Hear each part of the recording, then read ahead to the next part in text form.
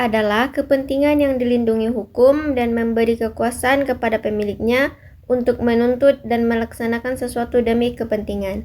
Kewajiban adalah sesuatu beban hukum yang mengharuskan seseorang melaksanakan dan tidak melaksanakan. Hak dan kewajiban adalah sebuah hukum yang saling berkaitan, seperti hutang piutang, pembelian barang, penjualan tanah. Seperti contohnya itu ada yang memberikan hak dan ada yang berkewajiban.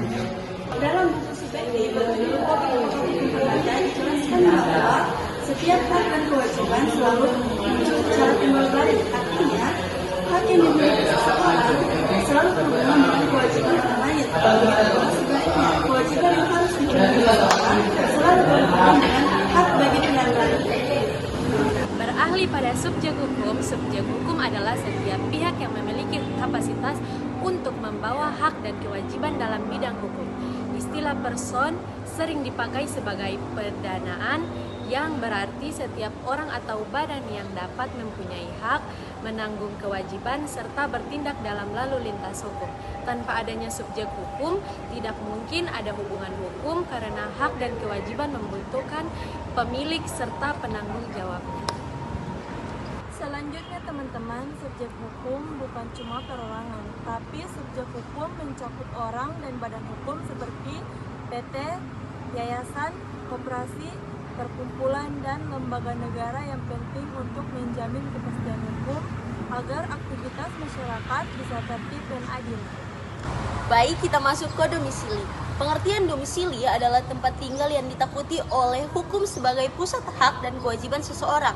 Dalam praktik perdata, domisili menjadi faktor penentuan kewenangan pengadilan, pemanggilan para pihak, dan penentuan hukum yang berlaku dalam sengketa. Nah, sekarang kita masuk ke fungsi dan kedudukan domisili. Penetapan domisili berfungsi sebagai dasar penentuan yurisdiksi pengadilan serta sebagai alat hukum resmi bagi setiap individu. Melalui domisili, aparat peradilan dapat memastikan proses pemanggilan pemberitahuan dan pelaksanaan putusan berjalan sah. Tanpa kejelasan domisili, penyelesaian sengketa berpotensi menimbulkan ketidakpastian dan penundaan proses hukum. Domisili dibagi menjadi 3 bagian. Yang pertama, domisili of origin atau tempat tinggal asal, di mana tempat tinggal seseorang ditentukan dari ketentuan kelahiran ayahnya yang sah. Yang kedua, domisili of evidence atau ketergantungan, di mana tempat tinggal seseorang ditentukan bagi anak yang belum dewasa ditentukan domisili ayahnya, bagi anak yang tidak sah ditentukan domisili ibunya, dan bagi seorang istri ditentukan oleh domisili suaminya. Dan yang terakhir, yaitu domisili of choice atau domisili pilihan, di mana tempat seseorang ditentukan atau dipilih oleh seseorang yang telah dewasa, di mana dia akan tinggal di samping tingkat satu keseluruhannya. Selanjutnya pembahasan tentang jenis-jenis akta catatan sipil. Yang pertama ada akta kelahiran, yang kedua ada akta perceraian, yang ketiga ada akta perkawinan, yang keempat ada akta pengakuan, dan yang kelima ada akta pengesahan anak, serta yang paling terakhir ada akta kematian. Selanjutnya masuk pada pembahasan asas-asas catatan sipil. Yang pertama ada unity, yaitu yang berlaku pada nasional dan internasional. Yang kedua adalah pencatatan di setiap tempat terjadinya peristiwa. Dan yang ketiga adalah garis keturunan terkait warisan, sistem hukum Belanda dan sistem hukum Perancis.